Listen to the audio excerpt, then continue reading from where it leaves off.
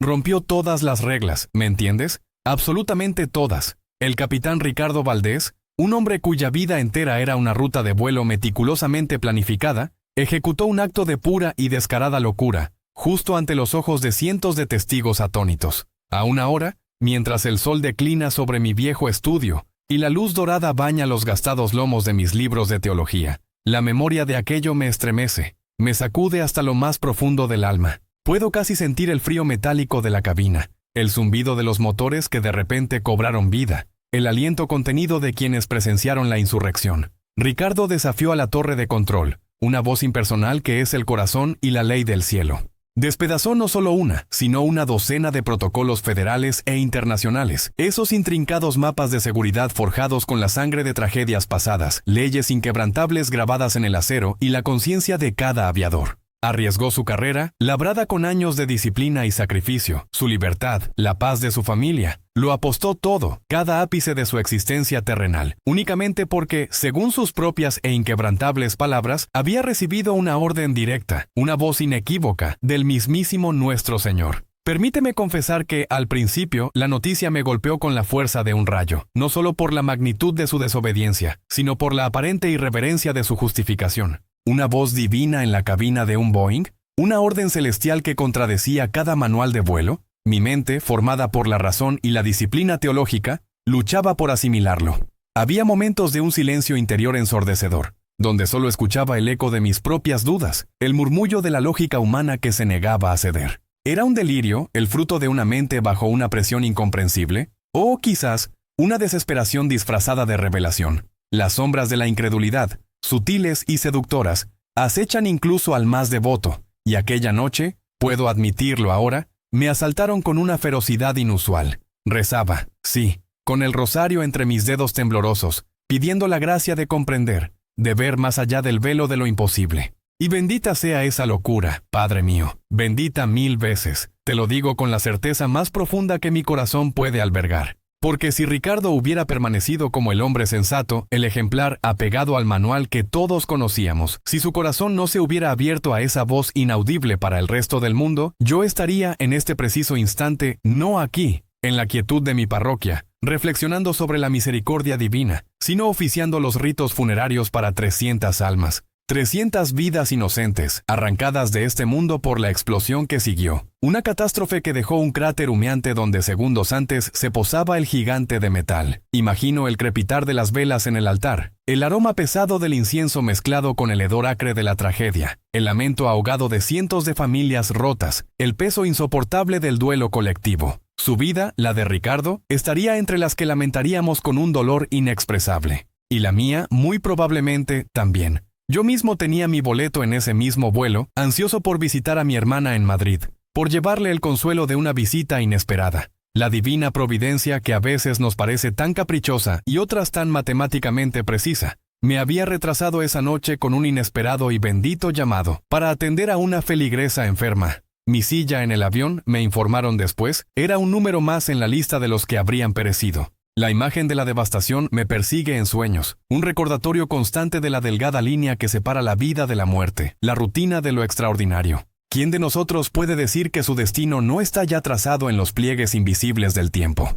La Iglesia, con su sabiduría milenaria, nos enseña sobre los misteriosos caminos de Dios, caminos que no siempre se ajustan a nuestra limitada comprensión humana, senderos que a menudo nos confunden, nos desafían y nos obligan a reexaminar nuestras certezas más arraigadas. Hemos leído de milagros en las Escrituras, de apariciones y de voces que transforman vidas. Pero esto era algo distinto, algo que trascendía las parábolas y los relatos piadosos, algo que irrumpía en el siglo XXI con la estruendosa claridad de un trueno en un cielo despejado. No fue un susurro al oído de un santo en retiro espiritual, fue una orden directa, un mandato divino que se manifestó en el entorno más prosaico y reglamentado, una cabina de avión, llena de instrumentos y protocolos. Era algo imposible, sí, para la mente racional, para la ciencia, para la lógica inflexible de la aviación. Y sin embargo era a la vez, y aquí reside la maravilla y el sobrecogimiento, algo que se demostró de una manera tan brutalmente y aterradoramente real.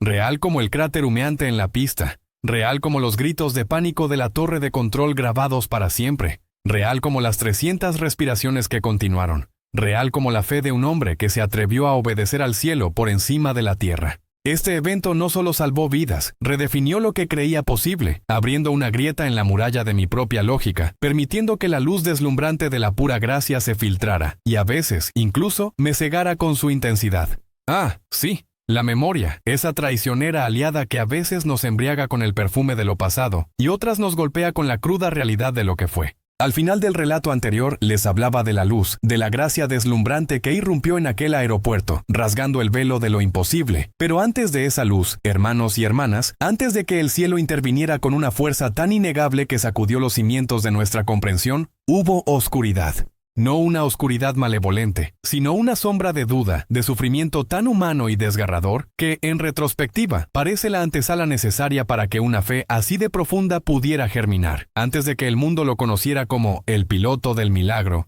antes de que su nombre se pronunciara en susurros de asombro y gratitud, Ricardo Valdés era, para mí, simplemente Ricardo. Un hombre bueno, sí. De eso nunca tuve duda, pero a la vez, uno de los hombres más atormentados que he tenido el privilegio de conocer. Y digo privilegio, a pesar del dolor, porque fue a través de su agonía que fui testigo de una transformación que aún hoy me hace temblar de asombro y gratitud. En la cabina de su Boeing 787, Ricardo era la encarnación de la perfección. Sus manos, firmes sobre los controles, parecían prolongaciones de la máquina misma. Cada procedimiento, cada revisión, cada comunicación con la torre de control era ejecutada con una precisión casi robótica, una metódica danza entre el hombre y la tecnología que inspiraba confianza ciega en sus pasajeros. Su voz, tranquila y profesional, se escuchaba por los altavoces, anunciando altitudes, velocidades y estimaciones de llegada, infundiendo una seguridad que uno no podría haber imaginado que se sustentaba sobre un abismo de fragilidad humana. Él era el capitán, el amo de los cielos. Un hombre de acero y disciplina que, según me atrevería a decir, pocas veces se permitía el lujo de la emoción en su rol profesional. Los otros pilotos lo admiraban, los ingenieros confiaban en él sin reservas, y las aerolíneas lo consideraban un activo invaluable. Era el epítome del éxito mundano, del control absoluto sobre su destino y el de los que estaban bajo su mando.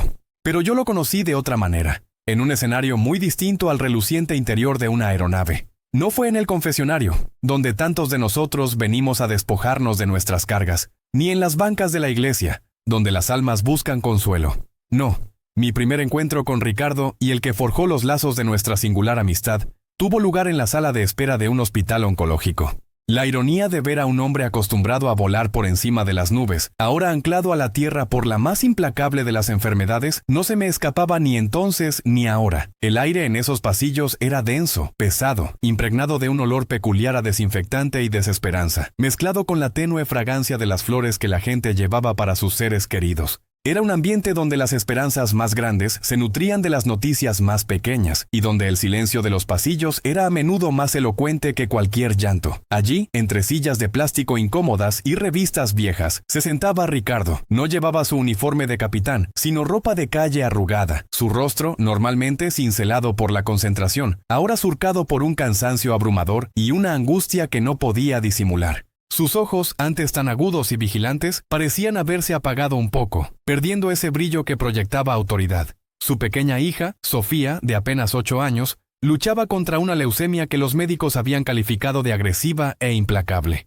Recuerdo el primer día que lo vi. Estaba de espaldas a mí, con la cabeza entre las manos, el cuerpo sacudido por sollozos silenciosos. Al acercarme y al ver mi sotana, levantó la mirada. Sus ojos estaban rojos, inyectados, y su voz, cuando habló, era un mero susurro que intentaba mantener la compostura. «Padre», dijo con un tono de cansancio que me llegó al alma, «mi hija se está yendo». No había una pregunta en su voz, ni siquiera una súplica. Era una afirmación, una rendición dolorosa a una realidad que él, el hombre que controlaba máquinas de toneladas a miles de pies de altura, era impotente para cambiar. Ahí estaba la raíz de su tormento. La enfermedad de Sofía no solo estaba minando su cuerpo, estaba desgarrando el alma de Ricardo. Su fe, de la que ahora se hablaba tanto, era en aquel entonces, como bien dice el resumen, tibia y frágil. No es que Ricardo fuera un ateo, ni mucho menos. Él había crecido en una familia que, como tantas en México, profesaba un catolicismo arraigado en la tradición, en las procesiones, en las misas dominicales. Conocía las oraciones, los ritos, las historias de los santos, pero su fe era más bien un hábito, un legado cultural, algo que se guardaba para las bodas, los bautizos y los funerales, no algo que se viviera y se nutriera en el día a día, o que se invocara con la certeza de ser escuchado. Cuando Sofía enfermó, esa fe tibia se vio sometida a una prueba de fuego.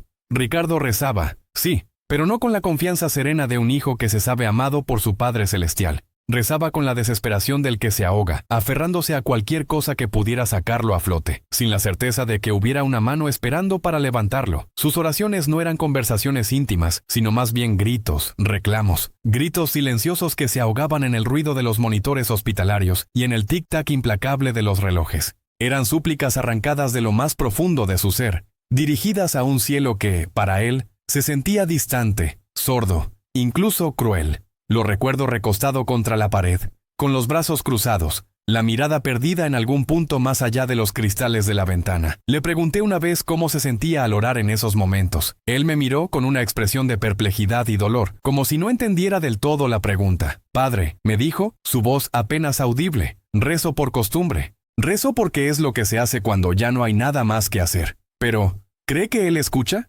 ¿Cree que le importa? Sofía es tan pequeña, tan pura. ¿Por qué esto?»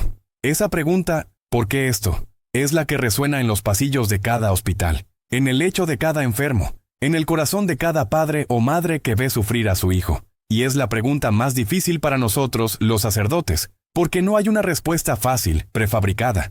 Solo podemos ofrecer la presencia, el consuelo, la promesa de un Dios que, aunque a veces parece oculto, nunca nos abandona. Pero para Ricardo, en su tormento, esa promesa era una brisa tenue en medio de una tormenta. Conversábamos a menudo. Yo me sentaba a su lado, no tanto para predicarle o para recitarle pasajes de las Escrituras, sino simplemente para escuchar, para ser una presencia silenciosa y empática en su dolor. Él me hablaba de Sofía, de su risa, de sus dibujos de arcoíris y unicornios, de cómo la enfermedad había robado ese color de sus mejillas y de sus ojos. Me hablaba de la impotencia, de la rabia que sentía al no poder usar toda su pericia, toda su fuerza, para arreglar a su pequeña. Él, que podía pilotar la más compleja de las máquinas a través de tormentas y turbulencias, se sentía inútil frente a las células descontroladas en el cuerpo de su hija. «Padre», me confesó una tarde con una amargura que apenas lograba contener. «Si esto fuera una falla mecánica, un problema en un motor, yo sabría qué hacer. Tendría un manual, un protocolo.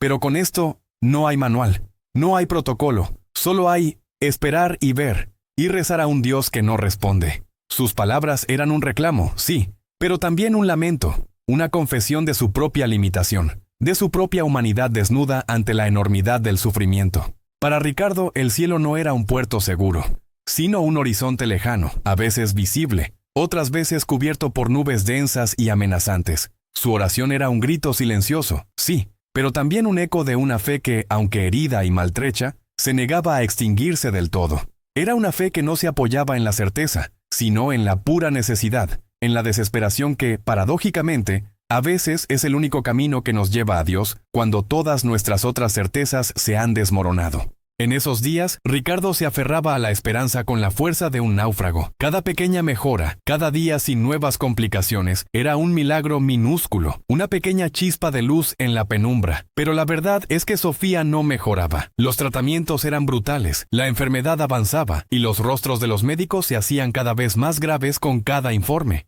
Ricardo, el hombre de la lógica y la razón, el que calibraba cada detalle y controlaba cada variable, se encontraba a la deriva en un mar de incertidumbre, donde la única ancla que le quedaba era esa fe frágil, esa plegaria sin respuesta, ese reclamo a un Dios que parecía, en ese entonces, increíblemente distante y sordo a sus súplicas. Y fue precisamente en ese abismo de desesperación, en ese punto donde la lógica humana se topa con su límite más cruel, donde la semilla del milagro comenzó a ser sembrada. Porque a veces, hermanos, es solo cuando hemos agotado todas nuestras propias fuerzas, cuando hemos renunciado a toda nuestra capacidad de control, que finalmente abrimos el espacio para que la mano de Dios pueda manifestarse, no ya con una señal sutil, sino con un trueno. Ricardo no sabía entonces que su clamor, aunque sentido como un grito en el vacío, era una invitación desesperada, sí, pero una invitación al fin y al cabo, a que el cielo interviniera de una manera que superaría toda su comprensión y desafiaría toda la lógica de su mundo. Ese clamor, esa fe tibia y frágil, estaba a punto de ser incendiada por el fuego de una revelación. Hermanos, la vida es, en su esencia más pura, una contradicción sublime.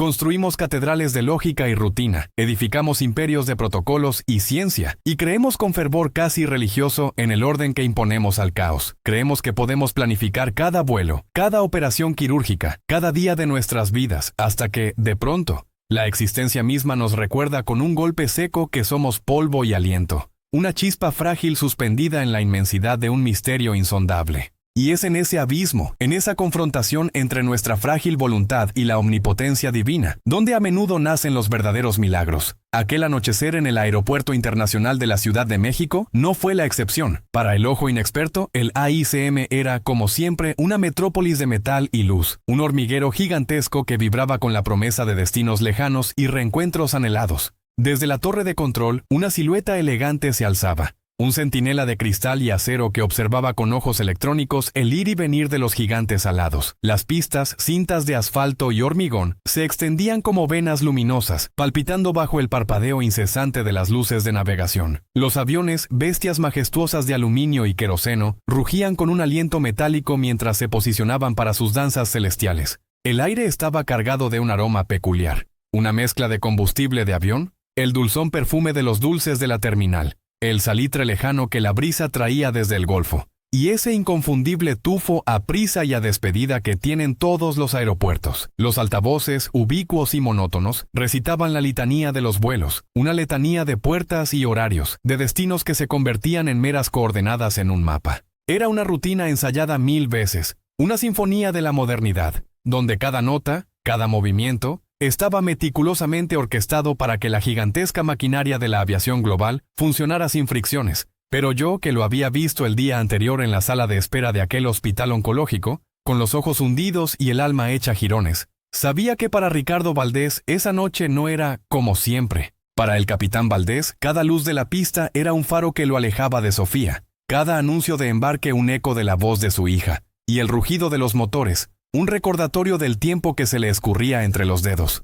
Él era el capitán Ricardo Valdés, un hombre que vivía por el reloj, por el manual de procedimientos, por la previsibilidad de los instrumentos. Su universo era un universo de coordenadas precisas, de cálculos exactos, de leyes de la física inmutables. Su cabina era su santuario, un lugar donde el control era absoluto, donde el caos exterior era domado por la ciencia y la experiencia, y sin embargo, en su fuero interno, el caos reinaba sin piedad. Mientras se preparaba para el vuelo transatlántico a Madrid, el Boeing 787 esperaba paciente en la manga de embarque, un coloso silencioso listo para despertar. Ricardo realizó sus inspecciones con una precisión que yo solo puedo describir como casi robótica, una mímica perfecta de la objetividad que se esperaba de él. Cada interruptor, cada dial, cada sistema de verificación fue activado y revisado con la pulcritud de un neurocirujano. Sus movimientos eran fluidos, calculados, una danza coreografiada de años de experiencia. Sus ojos azules, aunque cansados, recorrían los indicadores, descifrando la compleja sinfonía de luces y agujas que le hablaban del estado de la nave. No había espacio para el error, no había cabida para la distracción. Así era Ricardo, el profesional impecable, el capitán en quien cientos de vidas depositaban su confianza. El uniforme, inmaculado, escondía el temblor de su alma. La gorra, con el emblema de la aerolínea, ocultaba la frente surcada por preocupaciones que iban más allá de las condiciones meteorológicas o la velocidad del viento. El primer oficial, un joven y entusiasta piloto llamado Javier, de no más de 30 años, se sentaba a su lado, revisando su propia lista de verificación en una tableta electrónica, sus movimientos igual de metódicos, pero con la vitalidad de la juventud. Javier, con su impecable peinado y su entusiasmo apenas contenido por la disciplina de la cabina, representaba la nueva guardia. El futuro. Él, ajeno al torbellino que devoraba el alma de su capitán, se sentía en la cima del mundo, piloteando uno de los aviones más modernos del planeta. Hablaban en el lenguaje codificado de la aviación, una jerga de números, acrónimos y procedimientos, una barrera infranqueable para cualquiera que no fuera de su gremio. Vuelo 743 a Madrid. Listo para el embarque. Permiso de la torre de control para iniciar secuencia de encendido de motores. Confirmado, Javier. Revisa el combustible y el plan de vuelo, por favor. Las palabras eran breves, concisas, desprovistas de emoción. Pero yo, mis queridos hermanos, que lo había visitado en el hospital, sabía que esa precisión, esa frialdad profesional era una máscara. Una máscara necesaria, sí, para el bien de su tripulación y sus pasajeros, pero una máscara al fin y al cabo. Detrás de esos ojos que escudriñaban la instrumentación, había otro par de ojos, los de Sofía, su pequeña, que le suplicaban silenciosamente desde la cama del hospital. Detrás de la calma en su voz que respondía a Javier, había un grito mudo, una plegaria desesperada que se negaba a ser acallada. Su mente, la misma que calculaba las trayectorias de vuelo y los pesos de despegue con una facilidad asombrosa, estaba dividida. Una parte estaba aquí, en el epicentro de la tecnología y la responsabilidad. La otra, a kilómetros de distancia, en la quietud estéril de una habitación de hospital, aferrada a la mano diminuta de su hija. La cabina era un microcosmos de pantallas parpadeantes, botones retroiluminados y cables entrelazados.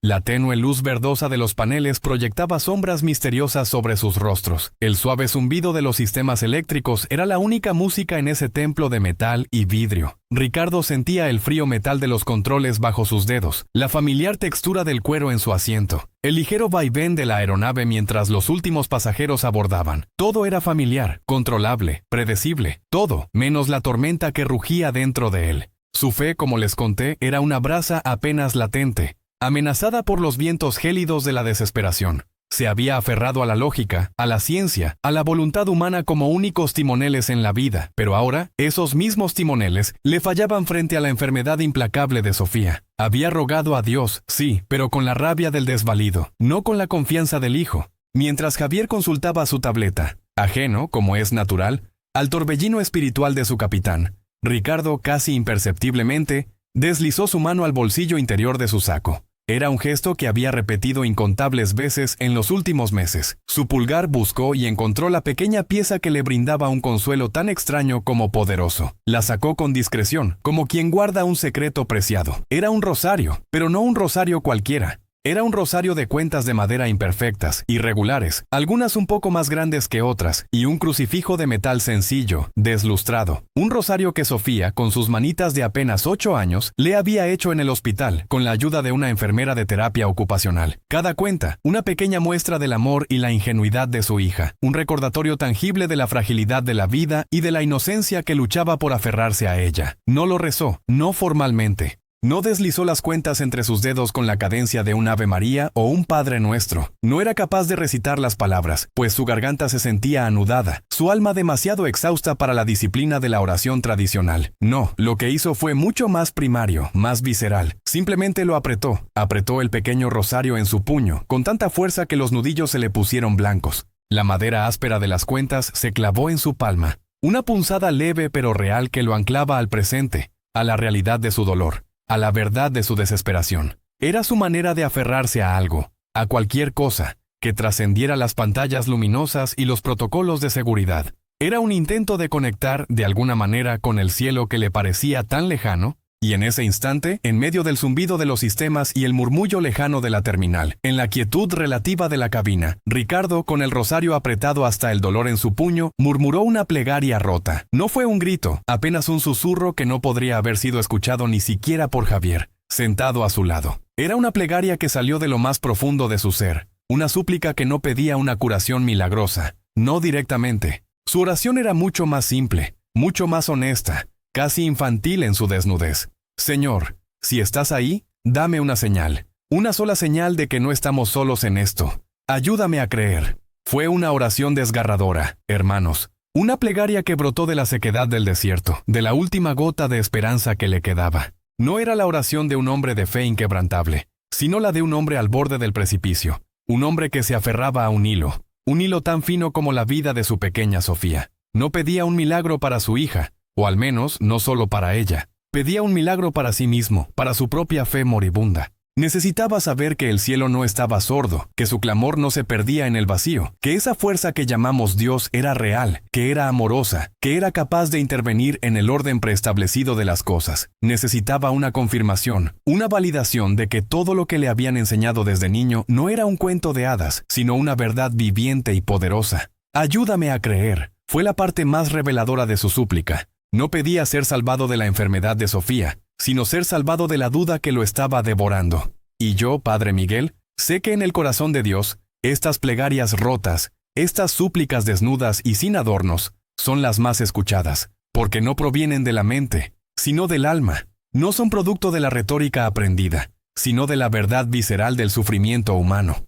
Son el grito del hijo que, en su desesperación más profunda, finalmente abandona toda pretensión, todo orgullo, toda lógica, y se entrega a la única fuerza que podría tener una respuesta. Es el momento en que el control humano cede, y el espacio para lo divino se abre. En ese instante, Ricardo, el capitán Valdés, con el rosario de su hija apretado en su puño y su plegaria silenciosa resonando solo en el eco de su alma, no sabía que esa noche no sería una rutina más. No sabía que el cielo, al que había sentido tan sordo, estaba a punto de responderle no con un susurro, sino con un trueno. No sabía que su pequeña petición de una sola señal sería concedida de una manera tan estruendosa, tan innegable, que no solo rescataría su fe, sino que salvaría las vidas de 300 almas. La calma de la cabina, la precisión de los procedimientos, la rutina monótona del aeropuerto. Todo era solo el velo que precedía a la irrupción de lo extraordinario, el silencio que antecede al clamor de un milagro. Él estaba a punto de recibir su respuesta, y con ella una revelación que cambiaría el curso de su vida y la de muchos otros, para siempre.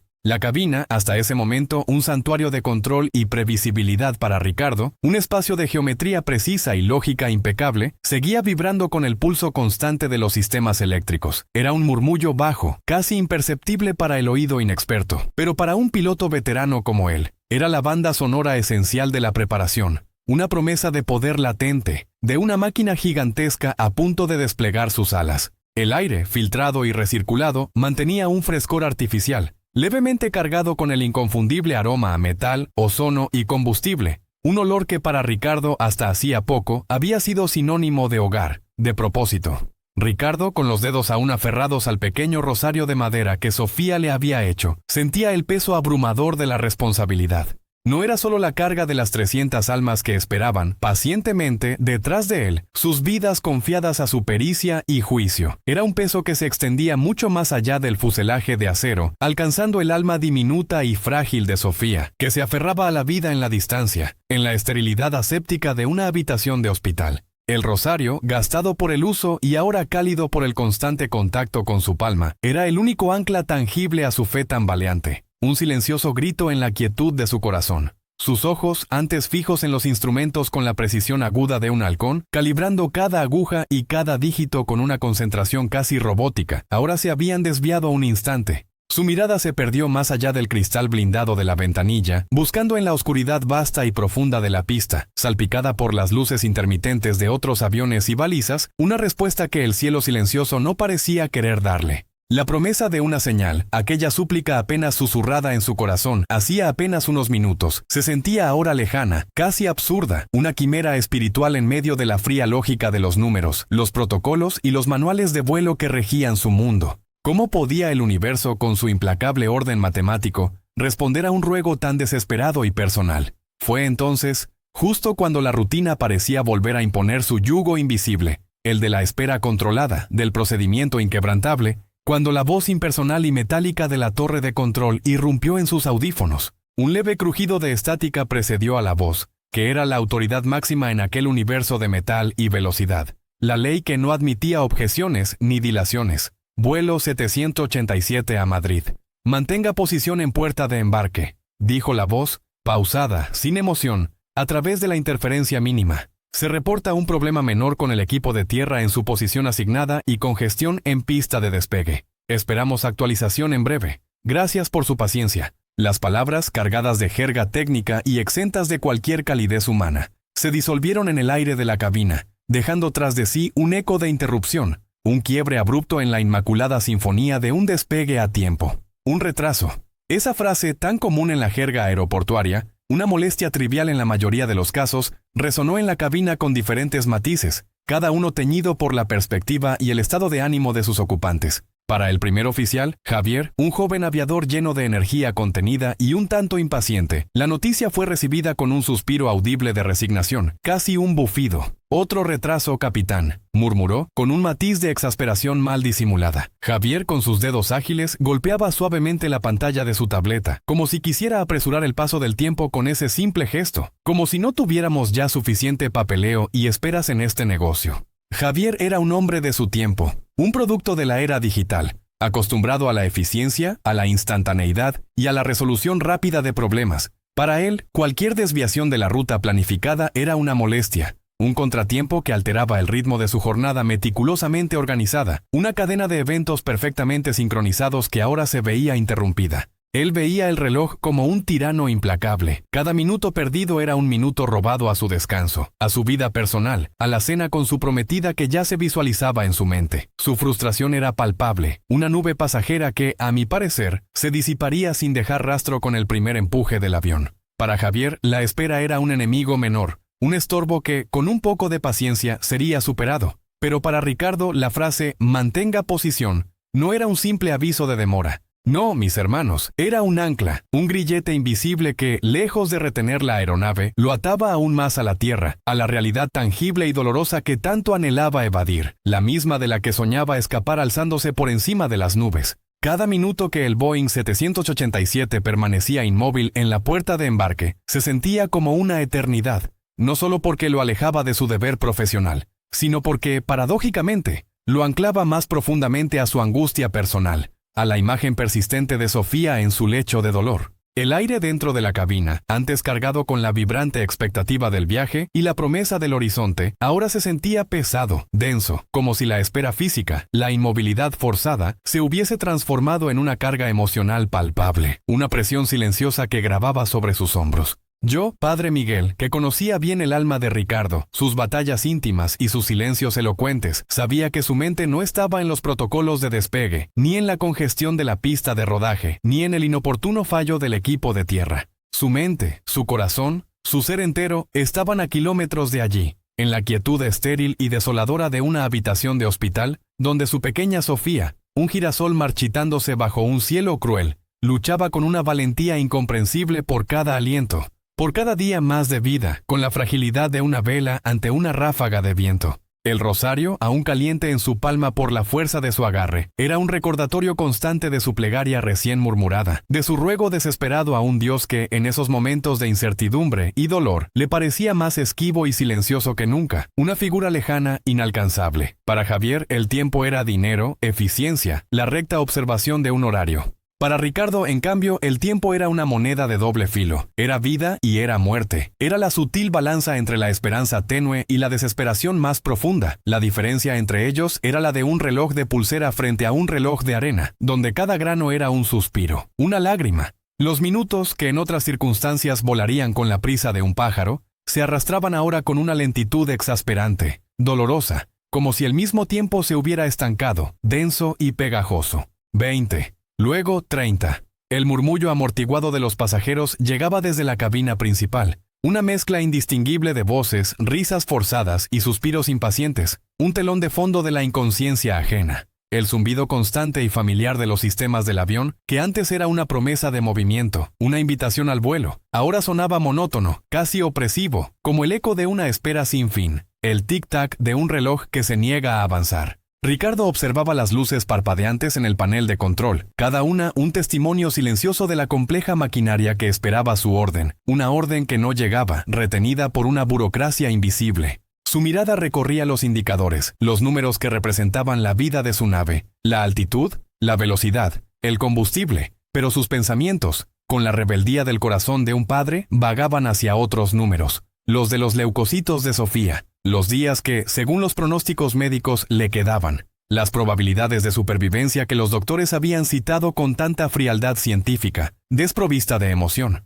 Eran números que lo atormentaban, grabados a fuego en su memoria, mucho más cruciales que cualquier dato de vuelo. La torre de control repetía su orden de esperar autorización, con una cadencia que, con cada repetición, se volvía más monótona, más irritante, como una gota de agua cayendo sin cesar sobre una piedra, erosionando su paciencia. Javier se quejaba de nuevo, esta vez de forma más explícita, sin ocultar su fastidio por la burocracia que paralizaba un sistema tan complejo y vital. Es increíble, capitán. Millones de dólares en tecnología de punta, ingenieros brillantes, y un pequeño contratiempo nos tiene a 300 personas ancladas por... ¿Cuánto más? ¿Otra hora? ¿2? Esto es una locura, una verdadera afrenta a la lógica. Su voz, aunque teñida de un profesionalismo aprendido, no podía ocultar una creciente impaciencia, un nerviosismo que se manifestaba en el golpeteo de sus dedos sobre el reposabrazos, un ritmo ansioso que era un reflejo de su mente. Ricardo, sin embargo, permanecía en un silencio sepulcral, su mirada fija en el horizonte nocturno que se extendía más allá de la pista iluminada, una inmensidad oscura y prometedora que ahora le era negada. Su postura era rígida, los hombros ligeramente encorvados, como si llevara el peso de todo el avión sobre sí. La frustración de Javier era la superficie agitada de un lago golpeado por el viento, una emoción visible y pasajera. La tensión de Ricardo, en cambio, era la profundidad insondable del mismo lago, donde corrientes invisibles luchaban en silencio, donde abismos de duda y desesperación se abrían paso sin ser percibidos por el ojo externo. No era el retraso lo que lo consumía, no la ineficiencia ni el tiempo perdido en el reloj, no. Era el peso invisible y aplastante que gravaba sobre el alma del capitán, un fardo que apenas le permitía respirar. Ese peso era la duda que se había enraizado, como una mala hierba en su fe tibia, el miedo lacerante por su hija, la sensación de impotencia que sentía un hombre acostumbrado a tener el control absoluto de aeronaves de miles de toneladas, ahora reducido a la pasividad, a la espera. Era la calma tensa que precede no solo a la tormenta, sino, en este caso, al milagro que nadie esperaba. La cabina, con su atmósfera controlada, su iluminación tenue y su diseño ergonómico de alta tecnología, se había convertido en una especie de crisol, un laboratorio de pruebas para el espíritu humano. Era un lugar donde la presión externa de la espera inmovilizante y la presión interna de la angustia personal de Ricardo se fusionaban, se cocinaban a fuego lento, creando una densidad emocional casi insoportable, una especie de niebla pesada que lo envolvía. Ricardo sentía una opresión creciente en el pecho. No por el aire viciado o la altura, sino por la abrumadora carga emocional que lo asfixiaba lentamente. La idea, terrible y corrosiva, de que Dios pudiera estar jugando con él, sometiéndolo a esta cruel prueba de paciencia mientras su hija languidecía sin remedio, comenzaba a corroer los pocos cimientos de fe que le quedaban, desmoronándolos con cada segundo que pasaba. Era esta la señal que había pedido con tanto dolor. Una burla silenciosa. Un recordatorio cínico de su insignificancia frente a la vastedad de lo divino. Una respuesta cruel a su vulnerable súplica. Me lo confesó tiempo después, con la voz entrecortada por la emoción aún cruda y la memoria vívida de aquella noche. Padre, en esos minutos interminables, cada tic-tac del reloj en el panel era un martillo golpeando con saña la poca fe que me quedaba. Sentía que Dios se había olvidado por completo de nosotros, o peor aún, que nos estaba castigando por alguna falta que yo no comprendía. ¿Por qué tanta espera inútil? ¿Por qué esta tortura lenta y silenciosa? Si lo único que quería era cumplir con mi trabajo y volver lo antes posible al lado de mi Sofía, a acompañarla en su agonía. Su sufrimiento, como pueden ver, era profundo y genuino. La clase de dolor existencial que hace que uno cuestione no solo su propia existencia, su propósito en la vida, sino la bondad misma de la creación, la misericordia de Dios. Él, el hombre de ciencia, el capitán de avión, el amo del aire, se sentía reducido a la más elemental de las criaturas, un padre asustado, desvalido y completamente desamparado, esperando en vano un auxilio que no llegaba. El aeropuerto, que normalmente era un hervidero ruidoso de actividad incesante, un torbellino de gente, motores y anuncios, parecía haberse sumido en una extraña, casi sobrenatural, quietud.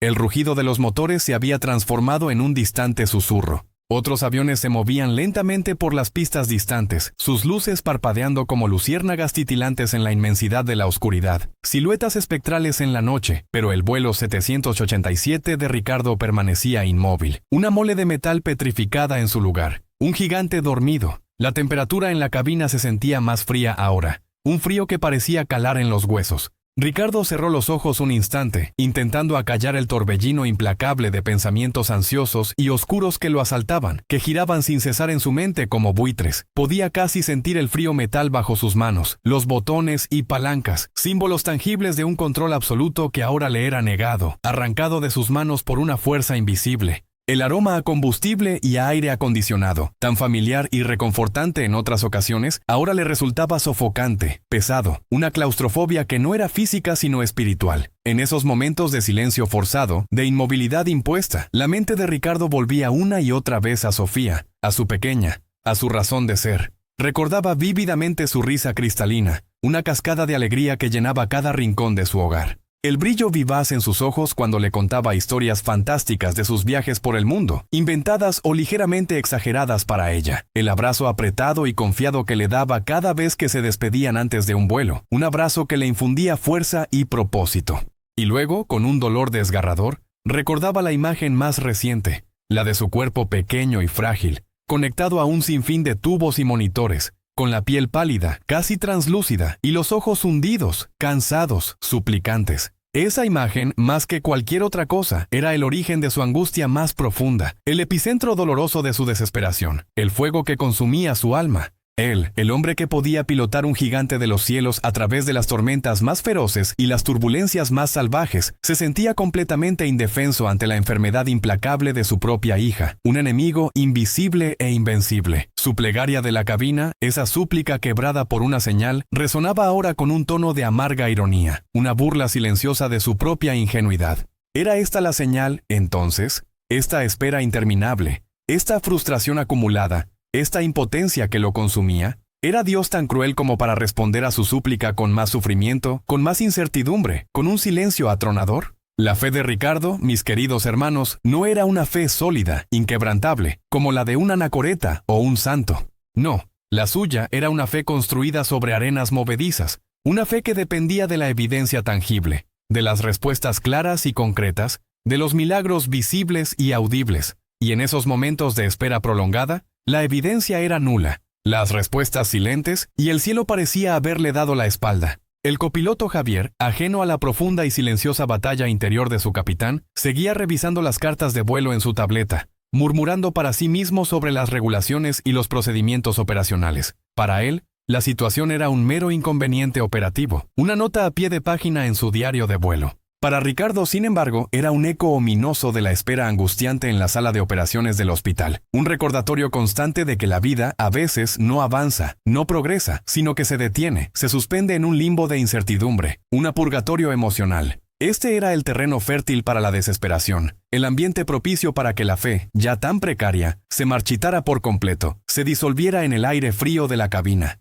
Pero la divina providencia, mis queridos hermanos, tiene sus propios tiempos y sus propias maneras de manifestarse, a menudo incomprensibles para nuestra limitada razón humana. A menudo utiliza los momentos de mayor oscuridad, de mayor desamparo humano, para hacer brillar su luz con mayor intensidad, como una estrella que solo es visible en la noche más profunda. Esta calma tensa, esta espera angustiosa, no era un castigo divino, no era una burla cruel, era una preparación. Era el telón que se alzaba lentamente antes de que la obra más importante de su vida, y la de 300 almas más, comenzara. Era el silencio, profundo y denso, que precedería a la voz que no solo cambiaría su destino, sino que resonaría en los corazones de muchos, incluyendo el mío. La congestión en la pista, el fallo aparentemente insignificante del equipo de tierra, el papeleo interminable, todo era parte de un diseño inescrutable, una pieza más, minúscula pero esencial, en el intrincado tapiz del plan de Dios. Ricardo no lo sabía entonces, por supuesto.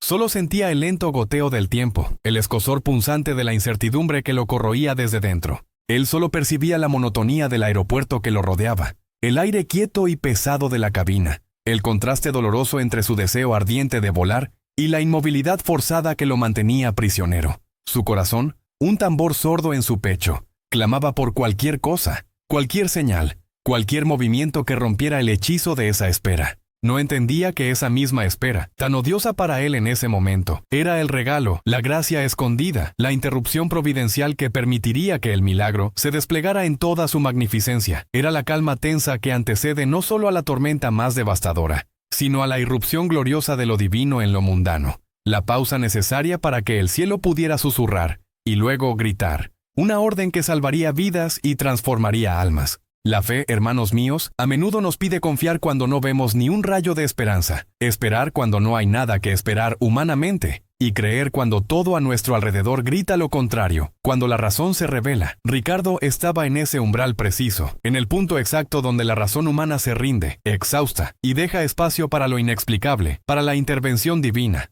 La cabina, con sus cientos de botones y pantallas, sus complejos sistemas de navegación y comunicación, era un microcosmos de su propia alma. Un lugar de inmenso poder y control, ahora inmovilizado, a merced de fuerzas mayores, de un plan que excedía toda comprensión. El murmullo de los motores, que se había reducido a un zumbido apenas audible, las luces de la pista que se perdían en la distancia como un collar de perlas roto. Todo era un recordatorio constante de lo que podría ser en cualquier momento y lo que era en ese instante. Una quietud forzada, una rendición silenciosa, la antesala de una revelación que desafiaría toda lógica, toda ciencia, y que, finalmente, le mostraría a Ricardo, de una manera inequívoca y atronadora, que su plegaria no había sido en vano, y que la señal, aunque no en la forma dulce y sutil que él esperaba, estaba a punto de llegar con una fuerza tal que lo sacudiría hasta lo más profundo de su ser, hasta los cimientos de su espíritu. El ambiente se cargaba, minuto a minuto, con una expectativa silenciosa, casi mística, una tensión casi eléctrica que presagiaba un cambio.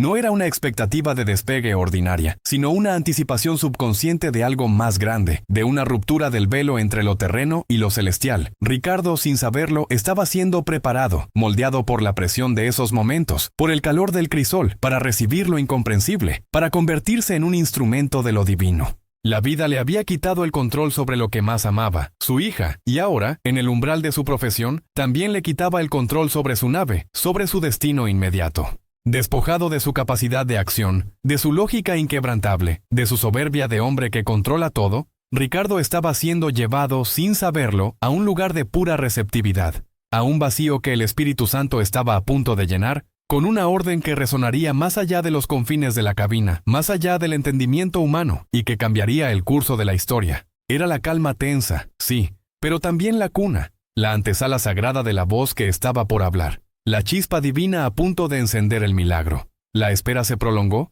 y con cada minuto que pasaba, el tic-tac invisible del tiempo se convertía en un martillo implacable que golpeaba no la hora, sino la fibra más sensible del alma de Ricardo. 20 minutos se estiraron en una eternidad, luego 30, y cada uno de esos segundos se sentía como un grano de arena que se escurría por el delgado cuello de un reloj de arena, anunciando no el fin de la jornada, sino el desmoronamiento de su propia resistencia. La cabina, a pesar de su alta tecnología y el sofisticado sistema de climatización, comenzaba a sentirse fría, una humedad sutil y penetrante que parecía filtrarse desde la fina capa de lluvia que cubría las ventanillas, enturbiando la vista de la pista y de las luces parpadeantes de la terminal. El aire, que debería haber sido fresco y presurizado, se tornaba viciado, pesado con la tensión no dicha de la espera. Los anuncios por megafonía en la cabina se habían vuelto intermitentes, sus voces distorsionadas por la habitual indiferencia de los altavoces de los aeropuertos, una letanía de excusas sobre cuestiones técnicas menores y congestión en el espacio aéreo. Eran palabras huecas, carentes de significado para Ricardo, quien las escuchaba como un murmullo distante, el ruido de un mundo ajeno a su tormento.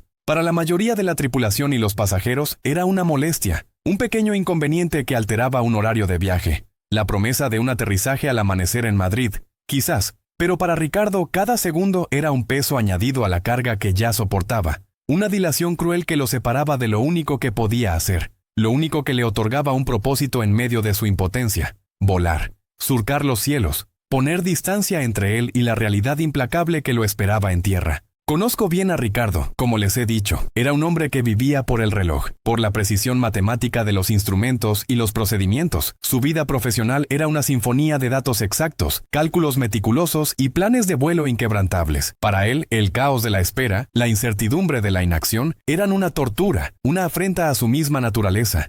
Su mente, habituada a trazar trayectorias perfectas y anticipar cada variable, cada ráfaga de viento, cada corriente ascendente, se encontraba ahora a la deriva, sin brújula, en un mar de impotencia. Era como un barco varado, con sus velas recogidas y su motor en silencio, a merced de una marea invisible que no obedecía a ninguna carta de navegación conocida. Miraba por la ventanilla, a través de la fina capa de lluvia que comenzaba a humedecer la pista, dejando marcas como lágrimas sobre el cristal. Las luces borrosas de la terminal se difuminaban en halos de colores, y los pequeños vehículos de servicio se movían como insectos ajenos a su tormento, sus propios motores zumbando con una energía que Ricardo envidiaba. La pista misma, una cinta de asfalto oscuro y brillante, parecía extenderse infinitamente, un camino hacia ninguna parte mientras el avión permanecía inmóvil. Intentaba enfocarse en el exterior, en el mundo real y palpable, pero sus ojos volvían una y otra vez al panel de instrumentos, a las agujas inmóviles que gritaban inactividad, a los displays luminosos que no mostraban progreso alguno. Era una coreografía silenciosa de parálisis tecnológica que reflejaba su propia parálisis interna. Podía sentir el leve temblor de sus manos sobre los controles, un temblor casi imperceptible que delataba la tormenta que se gestaba en su interior. El copiloto, Javier, un joven que aún no conocía la profundidad del sufrimiento humano, mascullaba su descontento, tecleando impacientemente en su tableta, sus dedos golpeando el cristal con un ritmo frenético. «Vaya noche, capitán», había dicho, con un tono que pretendía ser ligero, casi jovial, pero que resonaba como un eco hueco en la cabina. una trivialidad cruel que no podía penetrar el muro de angustia de Ricardo. Con este retraso llegaremos a Madrid al amanecer, y ni se diga del papeleo que nos espera por la hora extra de servicio. Ricardo apenas lo escuchó. Las palabras de Javier, aunque audibles, no registraban en su conciencia. Su mente, prisionera de su propio laberinto, había levantado un muro sordo que lo aislaba de todo lo mundano, de todo lo que no fuera el eco lacerante de su propia pena. Sus propias preocupaciones eran un muro sordo que lo aislaba del mundo exterior. En la oscuridad detrás de sus ojos cerrados, la imagen de Sofía, pequeña y frágil en su cama de hospital, se proyectaba con una claridad desgarradora. Recordaba el olor a desinfectante del hospital, el monótono pitido de los monitores que marcaban el ritmo de su frágil existencia, el rostro pálido de su pequeña, con los cabellos ralos por la quimioterapia, y esa sonrisa forzada, casi un rictus de dolor, que ella le regalaba cada vez que él entraba en la habitación, como si quisiera protegerlo a él de su propio sufrimiento, de la inmensa carga de la enfermedad. Esa imagen se había incrustado en su alma, un tormento constante, un recordatorio de su impotencia. El rosario de madera, aquel que Sofía le había tejido con sus pequeñas manos, nudosos y torpes, y que él había guardado en el bolsillo del pantalón como un amuleto, ahora lo sostenía apretado en su puño, bajo la mesa de control, oculto a la vista de Javier. La madera pulida por el uso, cada cuenta con la imperfección de un trabajo infantil, se clavaba en la palma de su mano, un dolor físico que apenas mitigaba el dolor de su corazón. Ya no lo había sacado para rezarlo, no tenía palabras. Sus súplicas se habían agotado, convertidas en un nudo apretado en la garganta, un muro de desesperación silente que le impedía articular cualquier petición. ¿De qué servían las palabras si el cielo permanecía mudo? Había rogado, suplicado, implorado con la vehemencia de un padre desesperado. Había intentado negociar, prometer sacrificios, incluso regatear con Dios como un mercader en el zoco de la fe. Pero la enfermedad de Sofía avanzaba. Implacable, ajena a sus ruegos, a sus lágrimas, a sus noches en vela. Y ahora, esta inmovilidad forzada, esta parálisis en la cabina, se sentía como una extensión de su propia parálisis vital. La misma impotencia que lo consumía en el hospital. Se sentía atrapado, igual que su hija estaba atrapada en el laberinto de su enfermedad, sin escape, sin dirección. Seamos honestos, mis queridos hermanos y hermanas en Cristo. ¿Cuántos de nosotros no hemos llegado a ese punto de agotamiento en la oración? Ese desierto árido del alma donde las palabras se secan en la boca, donde las súplicas se vuelven ceniza en el paladar, cuando la fe, que alguna vez fue un roble firme, se siente como una brizna a punto de romperse, y solo queda el eco de un grito silencioso que resuena en un vacío, un pozo sin fondo de desesperación.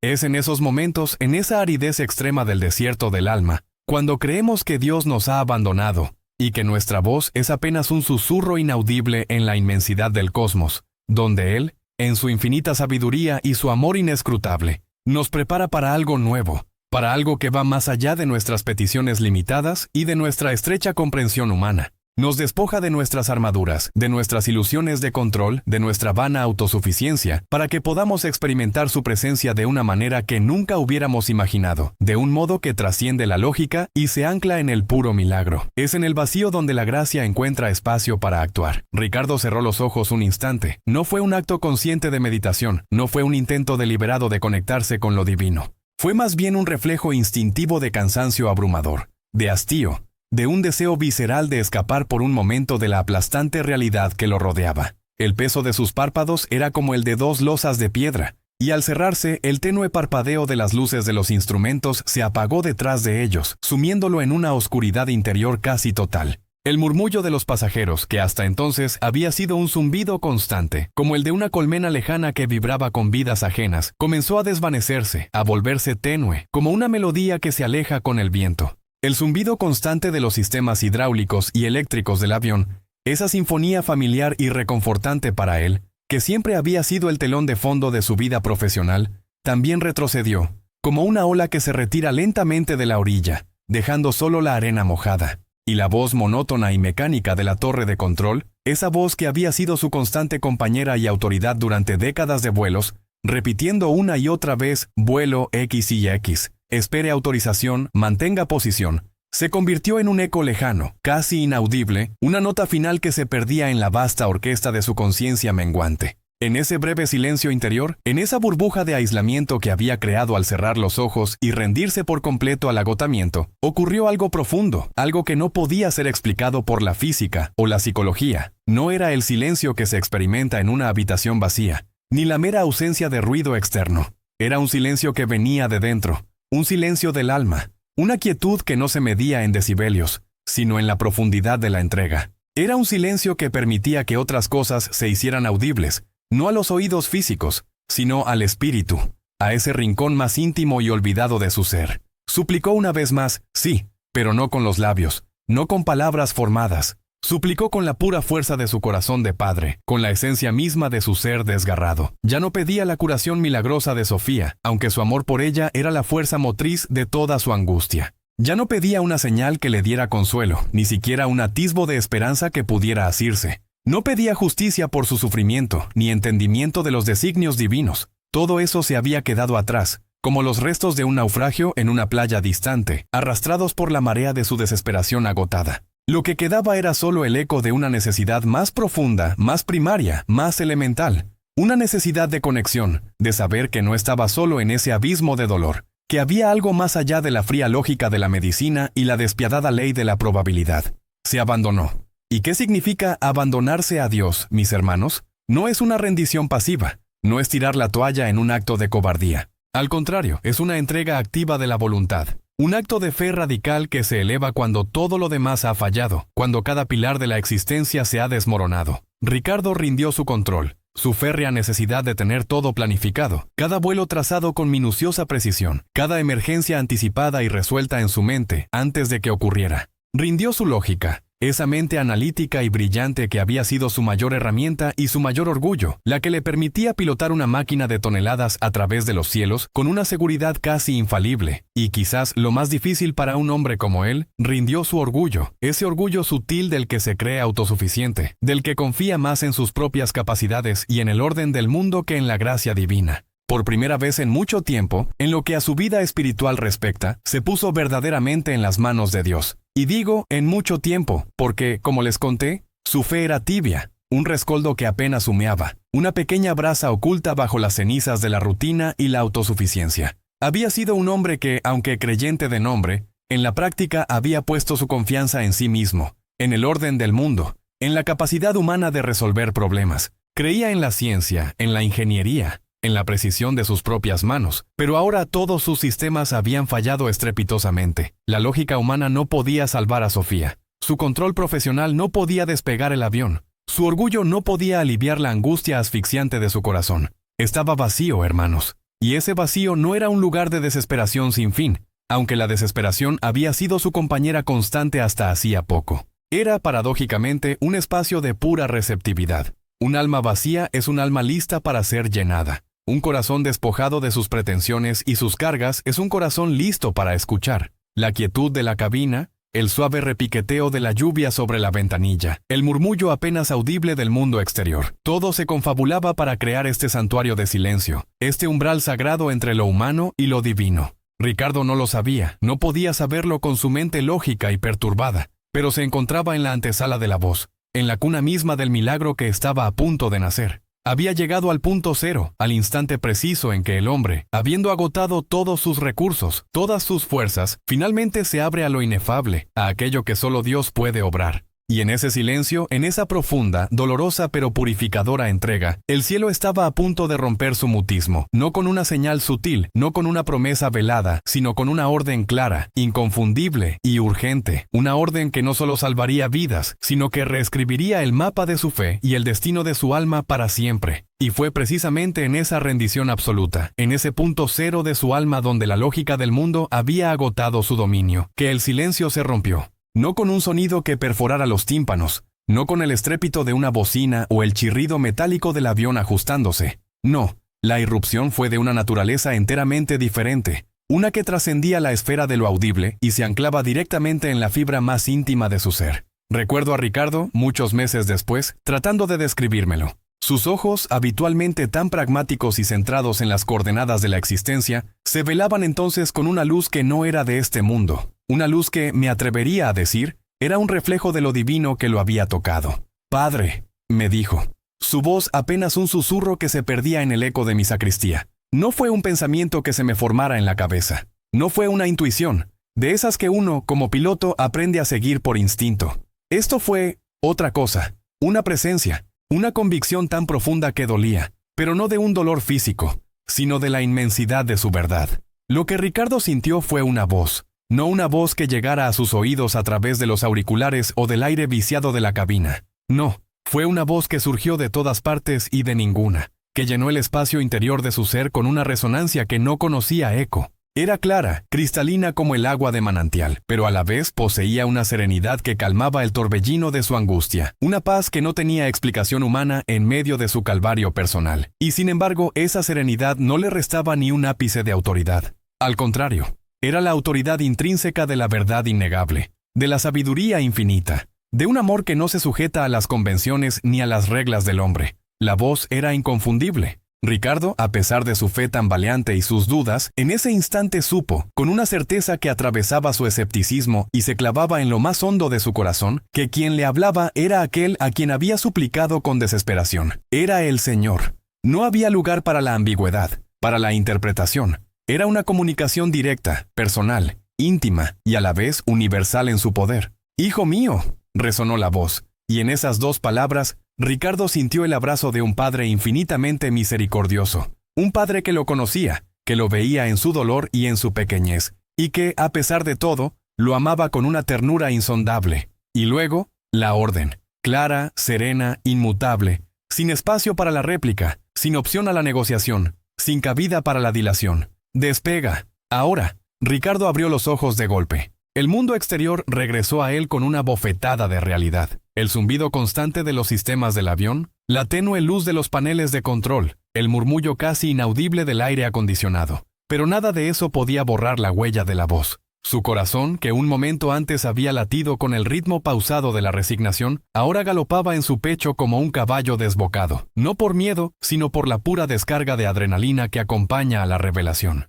Era el latido de la incredulidad ante lo imposible, mezclado con la certeza de lo irrefutable. La carne temblaba, pero el espíritu estaba firme, anclado en la autoridad de lo que acababa de escuchar. A su lado, Javier, el joven primer oficial, seguía inmerso en su tableta electrónica, revisando alguna lista de verificación o, quizás, simplemente entreteniéndose con algún pasatiempo digital para combatir el tedio del retraso. No había levantado la vista, no había fruncido el ceño, no había dado señal alguna de haber percibido la voz. Para él, el tiempo seguía su curso mundano. La espera era una molestia administrativa. El silencio era el de un avión estacionado en la pista. Y luego, por los audífonos, la voz monótona, casi robótica, de la torre de control confirmando lo que ya sabían. Vuelo 777 a Madrid.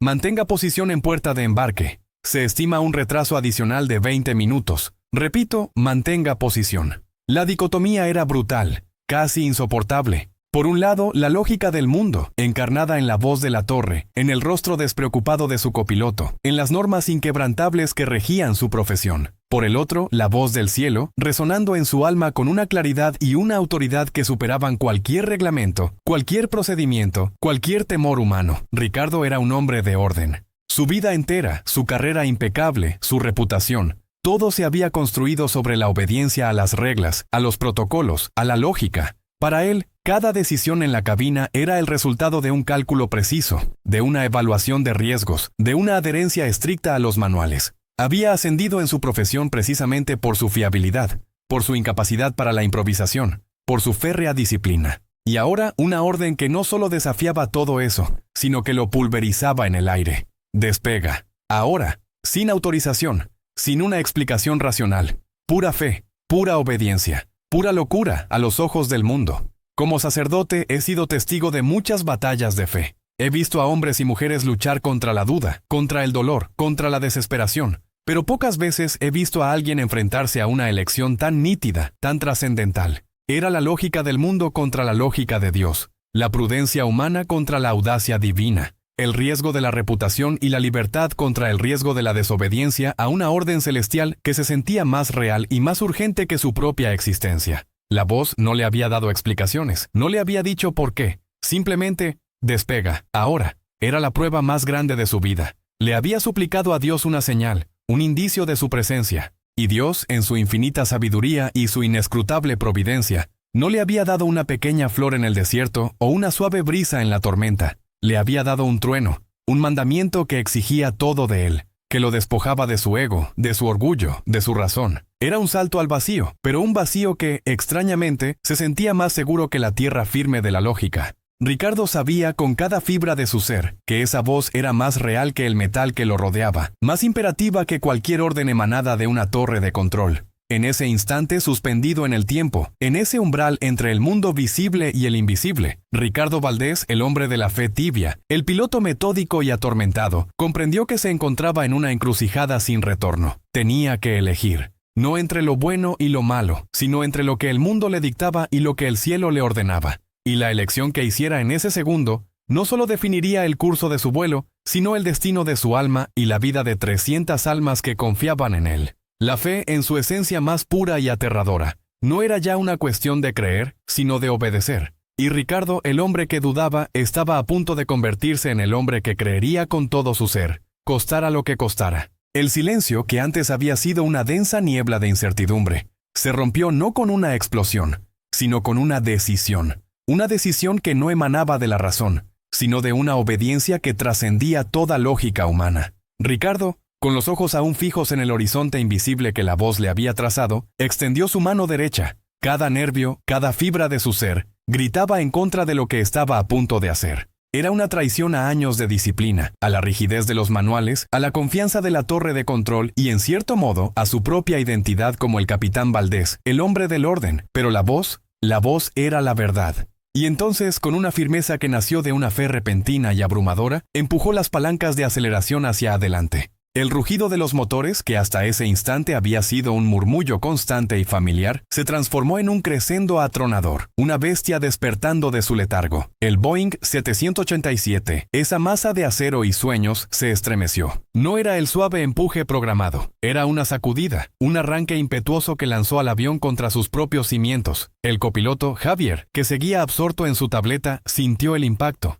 Levantó la vista. Sus ojos jóvenes y llenos de protocolos reflejaban una confusión instantánea, que en un parpadeo se tornó en horror. «Capitán, espere. No tenemos autorización», gritó Javier, su voz apenas audible sobre el estruendo creciente de los motores. Sus ojos se clavaron en el rostro de Ricardo, buscando una explicación, una señal de cordura, pero no la encontró. El rostro de Ricardo era una máscara de concentración absoluta. Sus ojos vidriosos miraban al frente, más allá de la pista, más allá de las luces del aeropuerto, quizás, lo sé ahora, más allá de este mundo. Su mandíbula estaba tensa, su fe visible en cada músculo contraído. No había espacio para la duda, ni para el arrepentimiento, ni siquiera para escuchar las súplicas del copiloto. La voz era el único sonido que importaba, la única orden que existía. Despega, ahora. El avión, con un bramido que resonó en las entrañas de la noche, se separó bruscamente de la pasarela de embarque. Hubo un chirrido metálico.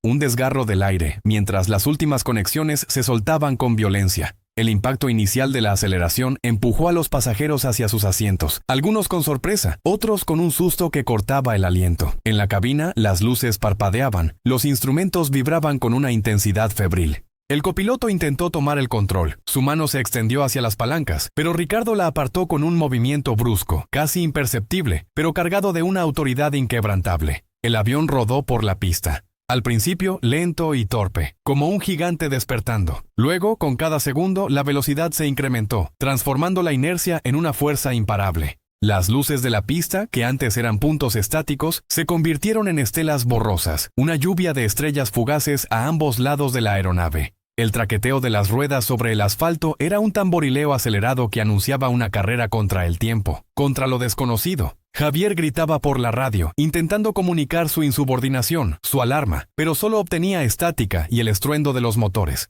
Torre de control, esto es el vuelo 747. El capitán Valdés está... La frase se ahogó en su garganta, en un grito de pánico que no era suyo. Fue entonces, en ese instante suspendido entre la tierra y el cielo, cuando la realidad se rasgó. Una llamarada colosal, de un rojo anaranjado incandescente, brotó del suelo exactamente donde el morro del Boeing 787 había estado segundos antes. Un hongo de fuego y humo denso se elevó hacia el cielo nocturno, iluminando la pista con una luz apocalíptica. No fue una explosión pequeña, padre. No fue un accidente controlable. Fue una detonación que rugió como la ira del infierno mismo. Una furia desatada que hizo temblar el aire, la tierra y por un instante el alma de todos los que la presenciaron. Desde las ventanillas del avión, los pasajeros que hasta ese momento se habían quejado del retraso o del empuje repentino, lanzaron un grito colectivo de horror puro. Sus rostros, antes iluminados por las tenues luces de la cabina, ahora se veían bañados por la luz sobrenatural del infierno desatado. Las madres abrazaron a sus hijos. Los hombres cerraron los ojos en un intento vano de borrar la imagen de la destrucción. Era la visión de la muerte misma, un abismo ardiente que se había abierto en el lugar que, por pura lógica humana, les correspondía. El estruendo de la explosión nos alcanzó. Una onda expansiva, brutal y despiadada golpeó al avión con la fuerza de un puño invisible. La aeronave se sacudió, danzó en el aire por un instante. Sus alas parecieron flaquear bajo la presión de la turbulencia generada por la deflagración. En la cabina, Javier gritó, no por el capitán, sino por la pura descarga de terror. El panel de instrumentos parpadeó, algunas alarmas se encendieron momentáneamente. Pero Ricardo, sus manos firmemente aferradas al mando, sus ojos de acero fijos en la pista, no flaqueó. La voz le había dicho, despega, y él obedecía. El avión ya había alcanzado una velocidad crítica. Era un milagro dentro del milagro que esa masa gigantesca, sacudida por semejante fuerza, mantuviera su estabilidad, que los ingenieros hubieran diseñado una máquina tan robusta y que Ricardo tuviera la serenidad, no propia, sino inspirada, para mantenerla en curso. Sé que los expertos de aviación explicaron después que se trató de una acumulación de gas subterránea, una fuga silenciosa que había esperado su momento para detonar. La fatalidad quiso que ese momento coincidiera exactamente con la hora programada para el despegue del vuelo 747. Pero si el capitán Ricardo Valdés hubiera obedecido las órdenes de la torre, si hubiera sido el hombre metódico que todos conocíamos, ese avión y sus 300 almas habrían sido pulverizados en el corazón de esa bola de fuego. Apenas 60 segundos, padre. 60 segundos que marcaron la diferencia entre la vida y una muerte brutal e instantánea. 60 segundos que se convirtieron en la eternidad salvadora de Dios. El avión se elevó. Lentamente al principio, luego con una gracia poderosa. Ascendió hacia el cielo nocturno, dejando atrás el caos y la devastación. Desde las ventanillas, el infierno en la tierra se encogía, transformándose en una cicatriz ardiente en el vasto tapiz de luces de la ciudad. El silencio en la cabina fue absoluto, pesado, cargado con el peso de lo inimaginable. Javier, el copiloto, estaba pálido, temblaba. Sus ojos, ahora desorbitados, se movían entre la vista trasera de la explosión y el perfil imperturbable de Ricardo. No había palabras, no podía haberlas. El silencio fue roto por el crujido de la radio. No era la voz monótona de la torre de control, sino gritos, súplicas desesperadas. Vuelo 747, ¿me copia? Repito, vuelo 747, identifique su posición. Tenemos una emergencia mayor en la terminal. Confirme su estado. El pánico de la torre era palpable. El horror de los controladores al darse cuenta de lo que había ocurrido, y la incredulidad ante la posibilidad de que el avión que creían destruido pudiera seguir en el aire. Ricardo tomó el micrófono. Su voz, cuando finalmente habló, era tranquila. Resonaba con una paz que no le había visto en años, una paz que solo puede venir de una profunda comunión con lo divino. Aquí el vuelo 747. Confirmamos despegue exitoso. Todos a bordo a salvo. Y con esas simples palabras, el capitán Ricardo Valdés, el hombre que desobedeció todas las normas y salvó a 300 almas, selló su destino. Acababa de cometer el acto más audaz de insubordinación en la historia de la aviación civil, un acto que lo enfrentaría a la condena del mundo, pero que, a los ojos de Dios, fue una perfecta obediencia. Había cumplido la orden, había escuchado la voz, y en el proceso no solo había salvado la vida de cientos de desconocidos, sino que había abierto una grieta en su propia alma para que la luz de la fe verdadera pudiera, por fin, entrar. La angustia por su hija, el clamor silencioso en el aeropuerto, la petición de una señal. Dios le había respondido, no con un susurro, sino con un trueno. Y el cielo, esa noche, fue testigo de un milagro que redefiniría para siempre la vida de un hombre y la fe de muchos. En tierra, el capitán Ricardo Valdés fue recibido con una dualidad sobrecogedora. Por un lado, la multitud de almas salvadas, pasajeros atónitos, personal de tierra paralizado por el horror, y los mismos controladores aéreos que instantes antes le vociferaban órdenes, lo aclamaba como a un héroe legendario. Sus nombres, sus rostros empapados en lágrimas de gratitud, formaban un coro inmenso que eclipsaba cualquier reproche mundano. Pero por otro lado le esperaba también la fría mano de la ley y la implacable lógica de la aviación civil.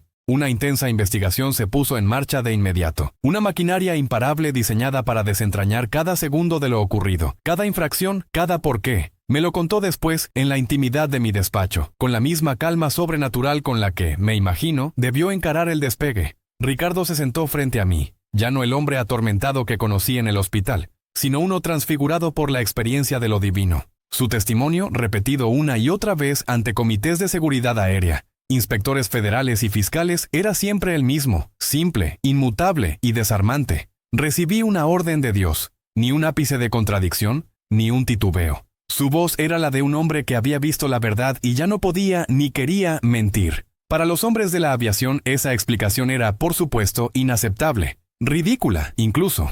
Una orden divina. En un entorno regido por manuales, protocolos y tecnología punta, la fe no tenía cabida. Buscaron fallos mecánicos, un error en los sistemas de comunicación, una posible desorientación del capitán, pero nada encajaba. La evidencia material, terca y contundente, gritaba una realidad que desafiaba toda lógica. Los 300 testimonios, aterrorizados y agradecidos a partes iguales, relataban la misma secuencia de hechos. El avión acelerando bruscamente, el estallido infernal a sus espaldas, la ola de calor y el rugido del fuego que los había rozado. El cráter humeante y carbonizado donde debía haber estado su avión era una cicatriz tangible en la tierra, una marca imborrable de la catástrofe evitada. Y luego estaba la grabación de la caja negra. No revelaba la voz que Ricardo había escuchado, por supuesto, pero sí el grito desesperado de su copiloto, Javier, rogándole que esperara, y el silencio de Ricardo mientras su mano empujaba los aceleradores, desoyendo al mundo, para obedecer a un llamado superior. Para mí, el mensaje era claro, prístino como el amanecer sobre las montañas de mi tierra.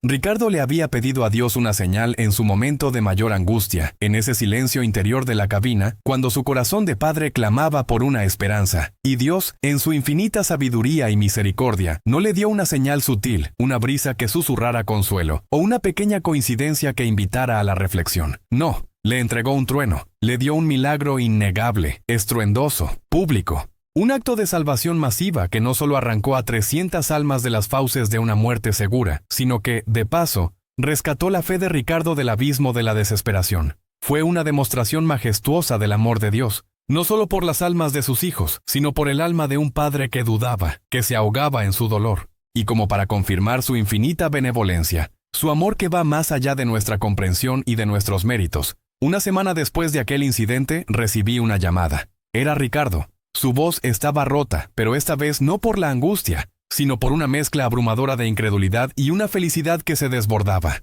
«Padre Miguel», dijo entre sollozos y risas, «los médicos de Sofía no saben qué decir. Su cáncer ha entrado en una remisión total e inexplicable». Las palabras me llegaron como un bálsamo. Un segundo milagro, más íntimo, más personal, pero no menos potente que el primero. Sofía, su pequeña, había vencido a la enfermedad que la carcomía, sin explicación médica, justo después de que su padre, obedeciendo una voz divina, salvara a cientos. La señal no era solo para Ricardo, era para todos nosotros, para los 300 pasajeros que volvieron a nacer, para los pilotos y controladores que presenciaron lo imposible, para Sofía, que recibió una segunda oportunidad de vida, y para mí, que he dedicado mi vida a pastorear almas. Fue un recordatorio vibrante de que Dios no está distante, que su amor es un fuego consumidor, y que a veces, para que su luz resplandezca con más fuerza, necesita un acto de locura divina que desafíe toda nuestra lógica humana. Fue un testimonio de que la fe, cuando es pura y dispuesta a obedecer más allá de lo entendible, puede mover montañas, o, en este caso, volar un avión hacia la seguridad,